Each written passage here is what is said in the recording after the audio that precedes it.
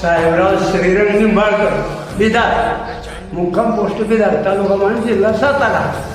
माझी बहीण माझ्याकडे होती आत्तापर्यंत, तर तिला काही मिळत नाही, तिला पेन्शन नव्हती, काय नव्हती. तर ह्या हे पिशे साहेबांनी तिचं काम केलं, 1,500ची पेन्शन श्रावण बाळ गेलेलं मंजूर केली.